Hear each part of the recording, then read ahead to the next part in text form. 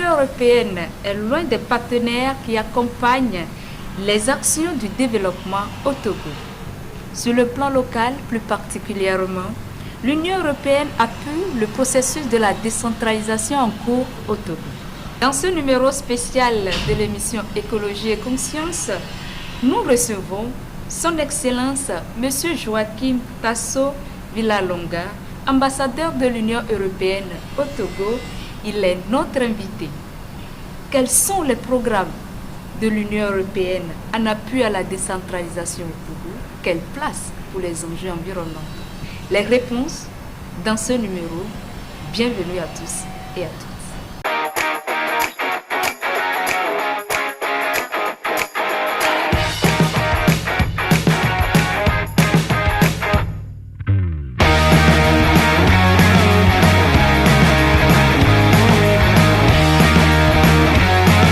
Son Excellence, bonjour.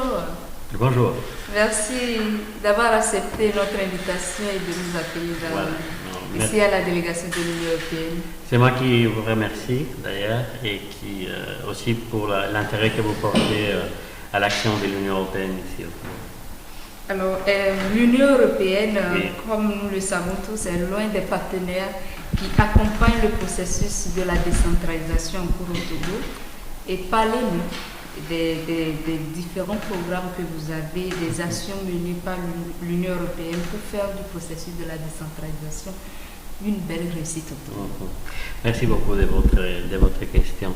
En effet, l'Union européenne s'est investie dans les domaines de la décentralisation et soutient la décentralisation au Togo depuis déjà un certain nombre d'années. Donc, comme vous vous rappelez, on a par exemple aider à financer la tenue des élections communales en 2019. On a également favorisé la formation des femmes qui avaient été élues pour la première fois des secrétaires généraux des différentes communes. Et on a même participé à l'établissement du fonds d'appui aux collectivités territoriales qui, comme vous le savez, sert à financer les investissements des communes. Et ensemble avec l'Allemagne, on a financé un grand programme d'appui à la décentralisation qui était connu avec le nom de Prodégol qui vient de finaliser et à travers duquel on a pu, par exemple, contribuer à la rénovation et l'équipement de plusieurs mairies au Togo, aussi à l'élaboration de la presque totalité des communes de ce qu'on appelle des plans de développement communaux pour les communes, pour définir un peu les stratégies de chaque commune pour l'avenir, les stratégies durables. Ensuite, la modernisation de l'état civil dans les différentes communes qui était un défi majeur et qui méritait cette modernisation et qui va permettre et faciliter aussi l'inscription, par exemple, de naissance. Il y a un rapprochement aussi des bureaux d'inscription vers les citoyens. Il y a même des communes qui ont créé des bureaux qui sont mobiles pour favoriser cette inscription. Et le gouvernement, comme vous le savez, vient de décréter la gratuité de cette inscription et des actes de naissance. Donc ça, on espère qu'ensemble, avec ce renforcement et cette gratuité, on va pouvoir finalement s'assurer que tout enfant togolais qui est né est enregistré et reconnu comme citoyen dès son premier jour de vie. Donc ça, c'est un objectif. On a contribué à travers le protocole aussi à l'amélioration des finances communales, par exemple les répertoires des entreprises, des activités économiques, de modernisation du cadastre, etc., qui étaient importants pour les communes. Dans certains cas, ils ont même réussi à travers ces projets à doubler les revenus de la commune à travers la collecte, sans augmenter les taxes, mais simplement en identifiant des contribuables qui n'étaient même pas identifiés. Donc c'est aussi plus juste pour tout le volet et pour tous les citoyens, s'assurer que tout le monde fait sa contribution.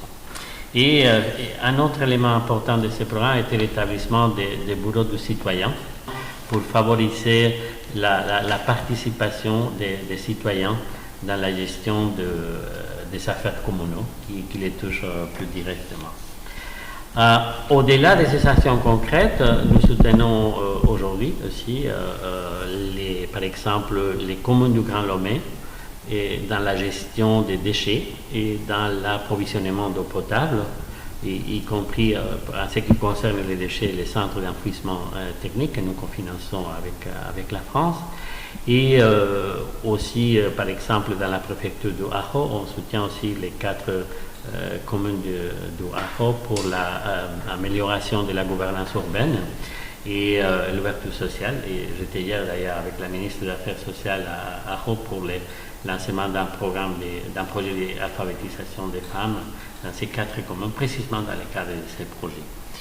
Ensemble, si vous voulez, toutes ces actions, on a investi environ plus de 20 milliards de francs CFA à travers toutes ces actions. Et nous sommes aujourd'hui en train aussi nous venons de définir ensemble avec la France et l'Allemagne une nouvelle stratégie de coopération pour les années prochaines où la décentralisation et l'appui à la centralisation restera un des priorités les plus importantes de ces programmes. Donc, notre engagement est là et on va rester à côté du Togo dans la mise en œuvre de la décentralisation.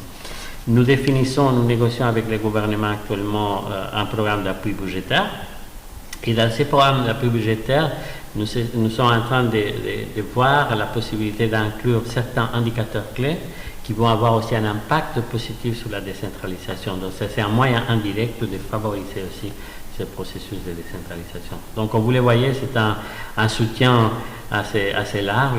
C'est certainement l'Union européenne et les partenaires, disons, les plus investis dans la promotion de la décentralisation au Togo.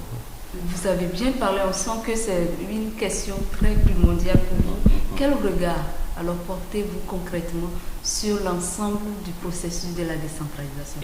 Je voudrais d'abord clarifier qu'il n'y a pas un seul modèle de décentralisation. Donc chaque pays, en fonction de son structure, son structure institutionnelle et sa culture politique, définit son propre modèle de décentralisation. C'est un choix qui appartient, dans le cas du Togo, appartient exclusivement au gouvernement togolais en consultation évidemment avec les différentes institutions, les parlements, les communes, les parties prenantes dans ce processus. Et ce que nous pouvons fournir comme Union européenne, c'est une expérience à la décentralisation, parce que la totalité des pays de l'Union européenne ont des systèmes décentralisés. Certains pays, comme par exemple l'Allemagne, la Belgique et l'Espagne, sont extrêmement décentralisés. D'autres pays sont moins décentralisés, mais il y a toujours un degré de décentralisation. Et je pense que c'est cette diversité, ces variétés qui donnent à l'Union européenne une valeur ajoutée, parce qu'on peut tirer des leçons des différentes expériences. Ça nous donne une richesse. La décentralisation, ce n'est que rapprocher du citoyen, c'est un rapprochement de l'État vers les citoyens. C'est le niveau de l'administration publique qui est le plus proche du citoyen, et donc c'est lui qui peut avoir un impact plus direct, plus immédiat sur le bien-être des citoyens par la fourniture des services de base ou services administratifs ou d'autres. Donc, il doit être compris, en effet, ce n'est pas un affaiblissement de l'État, mais c'est exactement le contraire. C'est un renforcement de l'État, parce que cette proximité va favoriser aussi l'identification du citoyen et le soutien du citoyen à l'État, à l'administration, parce que c'est une administration qui sert, qui les aide, qui fournit des services et qui s'apprécie, et la participation. Donc ça va consolider aussi la gouvernance et finalement la démocratie. Donc ce n'est que des avantages, si vous voulez, ce processus. C'est là le point le plus important.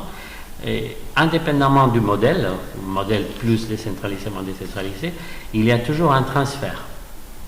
Un transfert de responsabilités et un transfert de moyens. Et ces moyens, je veux dire, des moyens techniques, mais aussi des moyens, des ressources financières pour la mise en œuvre. On ne peut pas transférer d'une administration centrale à une administration locale une responsabilité s'il n'est pas accompagné des moyens nécessaires pour la mise en œuvre, effectivement. Donc ça, c'est très important. Et indépendamment, comme je dis, du modèle, il doit y avoir ces transferts. Il est important aussi à notre avis, de tenir compte de la réalité des différentes communes. Parce qu'elles n'ont pas les mêmes besoins, ce n'est pas la même chose une commune côtière ici en région maritime qu'une commune elles n'ont pas les mêmes réalités. Et il peut y avoir des priorités et des intérêts différents. Donc c'est pour cela qu'il est très important que ce processus se fasse de façon consensuelle, à travers un dialogue et en tenant compte des différentes réalités. Parce qu'on peut transférer la responsabilité, on peut transférer même les moyens financiers, mais si les personnes qui sont chargées de cette responsabilité n'ont pas les compétences, n'ont pas la capacité, ça ne va pas fonctionner. Donc avant de décentraliser, il faut penser aussi à comment est-ce qu'on va s'assurer, quelles sont la capacité, parfois capacité technique, de gestion par exemple, des finances publiques, d'élaboration de certains plans, etc., responsabilités pour lesquels il faut avoir certaines connaissances. Donc c'est un processus complexe et qui ne peut pas se faire d'un jour à l'autre, donc ça prend du temps. Mais le message c'est, il est important de tenir compte des besoins et de faire ça de façon consensuelle et de s'assurer qu'ils sont non seulement la responsabilité, mais aussi les capacités et les ressources nécessaires pour la mise en œuvre. Le Togo doit se doter d'une stratégie de décentralisation idéalement qui définit quelle est la vision du Togo de cette décentralisation, parce que je dois dire ça doit être, ce n'est que les Togolais, les gouvernements togolais qui peuvent définir quelle est sa vision de la décentralisation, quels seront les grands principes, quels seront les objectifs, quelles seront les responsabilités qui seront transférées aux communes ou aux régions, etc. Et idéalement accompagné d'un plan d'action, parce que cela nous permettra aux bailleurs, et notamment à l'Union européenne et les États membres, qui nous sommes les principaux partenaires du Togo dans les domaines de l'appui à la décentralisation, de mieux cibler, si vous voulez, notre soutien pour que cela vraiment renforce l'action du gouvernement et conduit à une réussite finalement de ces processus. Alors, vous avez parlé du bureau de citoyens, de la participation citoyenne. Alors, quel doit être le rapport élu et citoyen? Et si je continue dans les actions d'accompagnement des communes, quelle est la place réellement de la participation citoyenne? Mais effectivement, les rapports entre l'élu et les citoyens, c'est le socle de la démocratie. Et ça est évident parce que ça touche vraiment à la question fondamentale non seulement de la représentativité, mais aussi de ce qu'on appelle la redevabilité de l'élu vis-à-vis les citoyens, les électeurs. Ça, c'est extrêmement important. Et comme vous imaginez, on ne peut pas réduire la participation des citoyens à la vie politique simplement au choix périodique, aux échéances électorales, à aller voter. Ça doit être au-delà. Il doit y avoir une sorte de communication, si vous voulez, entre les élus et les citoyens. Il y a, comme je dis, plusieurs modèles dans certains pays, comme au Royaume-Uni, il y a ce qu'on appelle les dialogues dans les constituencies où les membres du Parlement vont parler et vont recevoir et s'entretenir avec les voisins. Il y a d'autres manières de faire. Mais ce qui est important, c'est garder ces contacts et cet échange avec les citoyens.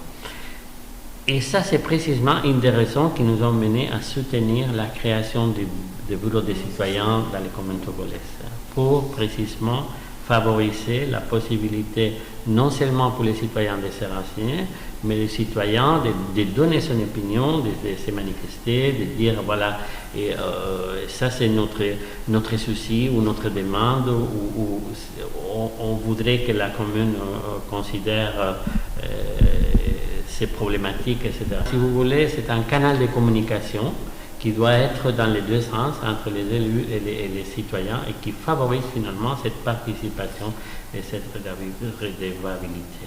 Ça renforce aussi la gouvernance, parce que cet intérêt du citoyen va créer aussi une identification avec sa commune, avec les affaires de sa commune. Il ne va pas dire bon, ça ne m'intéresse pas, etc. et finalement ça permet une co-construction. Voilà, la cohésion, si vous voulez, la cohésion sociale et l'attachement aux institutions de l'État, finalement, c'est la base de la démocratie. Aussi. Comment définir la priorité? Mais alors, les conseils municipaux et les maires, ils vont établir des idées, un projet, et ils vont consulter les citoyens ouvertement lors des assemblées pour dire ça c'est l'argent disponible, c'est son la priorité, est-ce que vous préférez qu'avec cet argent on fasse ceci ou cela? Ça c'est un instrument magnifique parce que ça permet vraiment aux citoyens une participation directe et que les voix sont bien évidemment en respectant les prérogatives légales et institutionnelles de la mairie. Mais par exemple, c'est pour donner un autre exemple, une autre forme de communication entre les citoyens et les élus et qui favorise la participation des citoyens. Et nous revenons sur un autre défi. Et là, je veux parler de questions environnementales. Et la question environnementale est aussi l'un des défis aujourd'hui pour les collectivités territoriales. Quelles sont alors les actions de l'UE auprès des communes pour faire face aux enjeux environnementaux, notamment du climat et de l'énergie? Oui, merci beaucoup. Dans le cas du Togo, on veut favoriser la création des industries agricoles pour la transformation parce que ça va générer de l'emploi pour les jeunes, pour les femmes, etc., qui soient respectueuses de l'environnement, qui soient aussi, qui un effet positif dans la lutte contre les changements climatiques. Et ça dans tous les domaines. Dans les domaines énergétiques, on peut par exemple aider à qu'il y a de l'électricité, par exemple, dans tous les foyers togolais, ce qui est un énorme défi. Donc, comme les énergies renouvelables, comme les solaires ou hydrauliques et d'autres. Donc on est en train d'explorer effectivement avec les gouvernements togolais comment on pourrait investir dans ce domaine pour favoriser. Donc toutes nos actions, elles vont toujours tenir compte de ces questions de protection de l'environnement, de la biodiversité et de la lutte contre les changements. Et d'ailleurs, on a un programme extrêmement important qui s'appelle le programme de lutte contre les changements climatiques ici au Togo, qui est à environ 6 milliards et demi de francs CFA, et à travers lesquels, et qui se focalise spécifiquement sur la question de l'environnement et de la lutte contre les changements climatiques. Des actions qui ont été menées, je peux vous, par exemple, reboisement, on a contribué, qui est une priorité du gouvernement. Donc à travers ces projets, on a fait près de 17 millions de plantes et on a créé 23 forêts communaux au Togo, ce qui est quand même considérable, et plus de 1 million de plantes dans les forêts étatiques de l'État, donc 1 million de plantes à travers ces programmes. On a formé 1800 hommes et femmes aux techniques, par exemple, de carbonisation à meilleur rendement. Donc il y a les foyers pour comment ça s'appelle, foyer? Les foyers améliorés.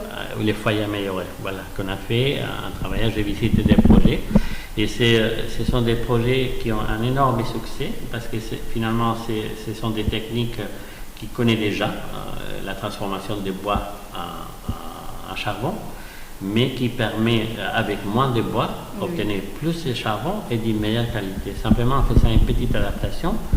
Et d'ailleurs, on parle très souvent des African Solutions for African Problems. Ces techniques n'est pas européenne. Ce sont des ONG sénégalaises qui on a pris cette façon de faire le charbon dans la Casamance, au sud du Sénégal, qui est beaucoup plus efficiente, et donc ils font un transfert de cette technologie sénégalaise au Togo. Donc vous voyez, il ne faut pas parfois aller trop loin pour chercher des bonnes solutions. Les résultats, c'est qu'il y a une épargne d'environ 30-40% de bois en moins, ce qui protège la forêt, et une augmentation du revenu des charbonniers, surtout des femmes charbonnières, de plus de 50%. Et finalement, on a aussi distribué à travers ce programme 67 000 foyers et fours améliorés, comme vous dites, 67 000, c'est quand même beaucoup. 32 400 systèmes de cuisson au gaz et aussi les fours pour la cuisine au bois qui sont plus efficients. Des solutions simples, mais qui ont un impact direct sur la vie des gens.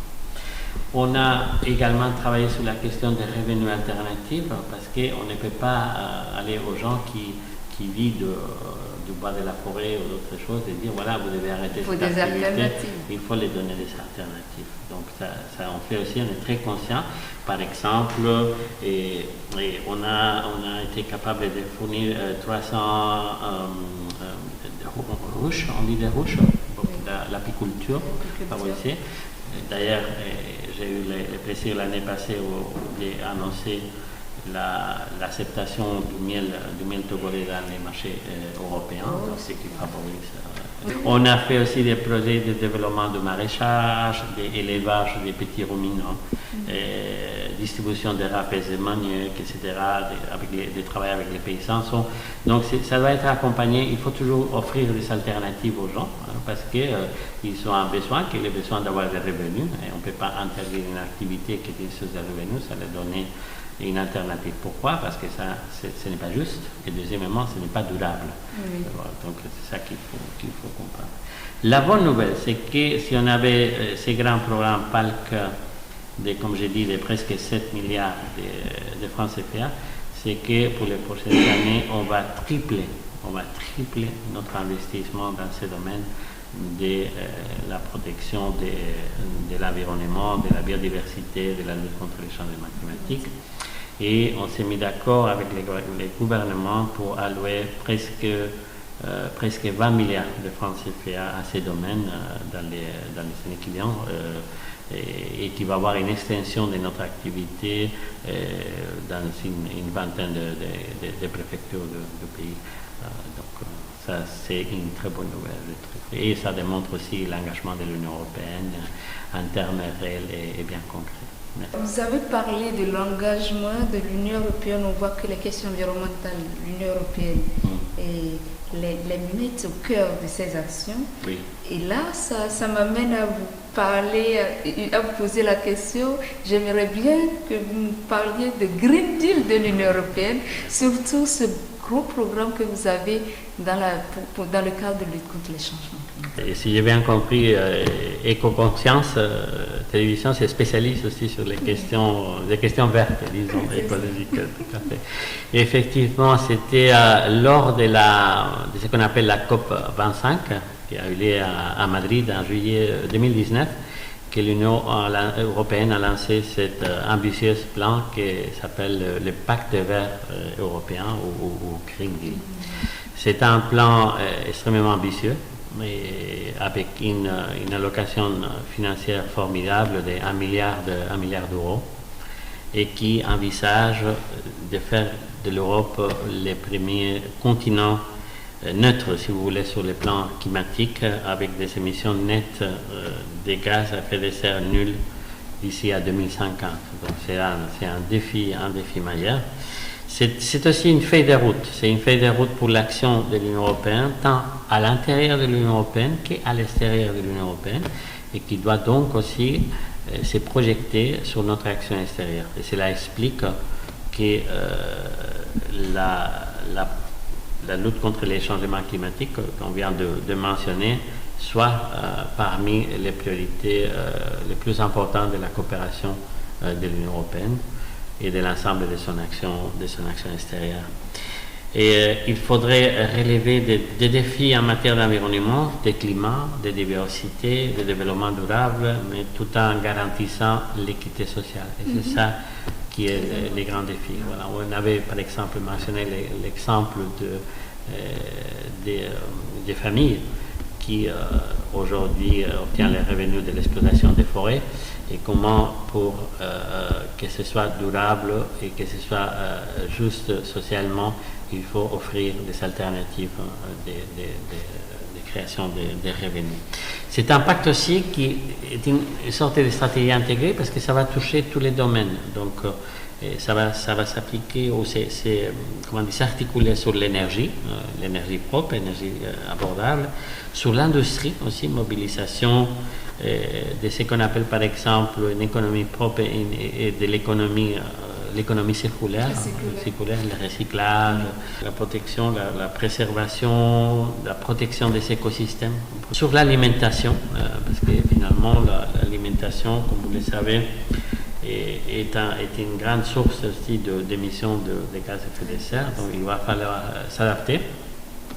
Se nourrir plus localement, et là le Togo c'est un bon exemple avec cette magnifique campagne de consommer local. Et qu'on a aussi en Europe similaire, par exemple de la ferme à la fourche. Non, on a cette campagne aussi qui est importante et qui finalement, si on peut consommer des produits de qualité sont proches, voilà, et on n'a pas besoin du transport pendant des milliers de kilomètres et qui est très polluant. Et donc ça va minimiser, mais aussi peut-être changer les habits alimentaires des Européens, des Africains, un peu de tout le monde, parce qu'il faut tenir compte de la question de l'eau, de la question de, par exemple, on sait aujourd'hui que la consommation, la production de viande de façon intensive, industrielle est extrêmement polluante, donc il faut autre formule de production de viande plus extensible, plus écologique, si vous voulez. Et finalement, dans les domaines aussi des transports, comment avoir des systèmes de transport avec parfois des propositions qui peuvent vous surprendre. On considère, on est en train d'explorer en Europe la possibilité, par exemple, d'interdire les vols d'avions de moins de 2 heures ou 3 heures. On pourrait même interdire les vols parce qu'un avion pollue beaucoup plus qu'un train. Et parfois, sincèrement, si je dois me rendre de mardi à Barcelone aujourd'hui, c'est vrai, un avion, c'est une demi-heure, mais le temps qu'il faut pour aller à l'aéroport, pour passer tous ces contrôles de sécurité, aborder, etc., c'est le même temps qu'on fait 2h30 en train. C'est même plus rapide. Et puis vous allez admirer aussi les paysages. Et ça pollue 50 fois moins que l'avion. Mais il y a aussi un engagement d'abandonner progressivement, par exemple, tous les combustibles fossiles. Et un engagement qui est aujourd'hui mis à l'épreuve avec la crise énergétique, comme vous le savez, en Europe, et la décision des autorités de la Russie de suspendre la fourniture de gaz. Ça veut dire que pendant un certain temps, probablement, certains pays européens devraient revenir à l'exploitation des combustibles fossiles, mais on voit ça comme non pas comme un pas en arrière, mais pour nous renforcer dans notre conviction qu'il faut réussir cette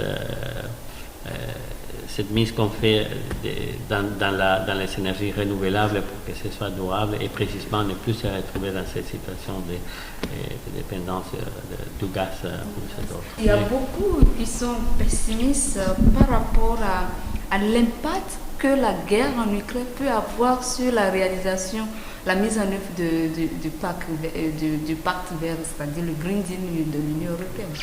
On est conscient, on l'admet que ça va avoir un impact. On espère que ce soit un impact transitoire et que ça peut nous aider et nous servir, comme j'ai dit, pour nous encourager davantage à aller plus vite. Probablement, c'est ça qui va se passer, c'est qu'on va décider d'aller même plus vite dans ces transitions et ces basculements vers d'énergie durable et renouvelable surtout, qui ne soit pas polluante. C'est vrai que le nucléaire n'a pas d'émission d'effet de serre, mais pose d'autres problèmes, notamment les traitements des résidus et les risques d'accidents. On a vu des cas, comme vous le savez, Tchernobyl, Fukushima, avec des impacts qui sont catastrophiques. Donc ce sont des choix extrêmement difficiles. L'Europe est aussi le premier investisseur, comme vous le savez, dans les domaines du développement de nouvelles formes d'énergie. Il y a un programme énorme qui vise à développer ce qu'on appelle la fusion nucléaire. Donc le nucléaire aujourd'hui, ça fonctionne par la fission et ça donne énormément c'est très polluant, tandis que la fusion n'est pas polluante du tout. et c'est beaucoup moins dangereux parce qu'il n'y a pas de réaction en chaîne. Mais on a les premiers résultats de ces expériences sont encourageants, mais il va falloir un peu encore du temps pour que ce soit viable du point de vue commercial. Mais l'engagement est là et ça pourrait, on espère que la fusion nucléaire pourrait fournir une source alternative d'énergie non seulement à l'Europe mais à toute l'humanité. Avec le contexte de la géopolitique aujourd'hui actuelle où le progrès, comme on vient de voir dans les échanges, impacte la lutte contre le changement climatique. Alors, quel regard portez-vous sur l'avenir, Son Excellence? Il y a toujours eu des changements climatiques, mais jamais à cette vitesse. Et donc, il est clair, il n'y a aucun doute que c'est l'homme qui est la cause de cette accélération du changement climatique et qu'à différence d'autres périodes des changements climatiques dans l'histoire de notre planète, cette fois-ci, le temps d'adaptation est très court. Et c'est cela qui pose, disons, les problèmes les plus importants, c'est-à-dire que le réchauffement va très vite et qu'on constate dans si vous parlez avec vos aïeux qui vont vous dire, bon, c'est pas normal, ce régime de pluie ne correspond pas, ou il fait trop chaud maintenant, il devait faire moins chaud. Donc il y a un dérèglement qu'on voit avec des orages, des phénomènes météorologiques inhabituels. La Terre ne nous a pas été donnée à nous, mais pour la passer à nos enfants, si vous voulez. Donc il faut la protéger. Et ça, c'est une responsabilité collective de tous les pays, de la communauté internationale et de tous les citoyens, pas seulement de l'Europe. Mais l'Europe est prête à jouer son rôle et si vous voulez, à être la championne et à aider les autres pays aussi, parce que pour les pays qui sont moins avancés, et tous ces changements ont un coût important, et sont des pays qui ont déjà pas mal de difficultés. Donc il est important, et ça c'est la raison pour laquelle on a décidé d'investir beaucoup dans ce domaine, c'est pour aider aussi nos pays partenaires et nos pays frères comme les Togo à réussir leur pari aussi dans la préservation de l'environnement, de la biodiversité togolaise qui est magnifique, et lutter contre les changements climatiques. Merci beaucoup, Son Excellence. Merci à vous. Votre mot de fin, quel message vous avez pour nous, les Togolais, et tous ceux qui vous suivent actuellement? La protection de l'environnement et de la biodiversité togolaise, de la côte togolaise aussi qui est menacée d'une forte érosion, comme vous le savez, vous l'avez constaté chaque jour. Il faut agir de façon urgente. Ça ne peut pas attendre et ça ne peut pas plus être considéré comme une priorité secondaire, parce que les impacts que ces changements sont déjà une réalité, mais ils vont s'accroître dans l'avenir. Donc il faudrait déjà travailler sur la façon où on va faire face, si vous voulez, à ces défis, à ce qu'on appelle l'adaptation, l'adaptabilité à ces défis dans nos habits, dans nos façons de consommer, dans nos façons de nous déplacer, etc. Voilà. Si vous voulez, le message c'est urgent, on doit agir tous ensemble et on doit agir tout de suite. Merci pour le temps accordé pour cet entretien. Nous vous disons vraiment merci et bonne continuation, et merci pour tout ce que vous faites au Togo. Merci à vous. Nous disons merci à notre invité, Son Excellence, Monsieur l'ambassadeur de l'Union européenne au Togo, Monsieur Joachim Tasso Villalonga. Il nous a permis de comprendre les grands enjeux, les actions que mène l'Union européenne au Togo en appui au développement local et surtout en appui au processus de la décentralisation en cours au Togo. Merci beaucoup de nous avoir suivis. Vous savez, ces actions, comme il a expliqué, mettent au cœur également les enjeux environnementaux et ces enjeux qui aujourd'hui qui sont ressentis au niveau des communautés, nos communes au cœur de l'action gouvernementale, au cœur de l'action des partenaires techniques et financiers. Nous avons parlé de tout ça. C'est juste un cadre pour vous permettre de comprendre les enjeux, les grandes actions, les programmes de l'Union européenne au Togo qui accompagnent le Togo sur tous les plans. Merci beaucoup de nous avoir suivis. Ça a été un réel plaisir pour moi de vous accompagner dans cette émission. Merci de rester connectés et fidèles à notre programme Écologie et Conscience pour la conscience écologique. Merci beaucoup. À la prochaine. N'oubliez pas, abonnez-vous.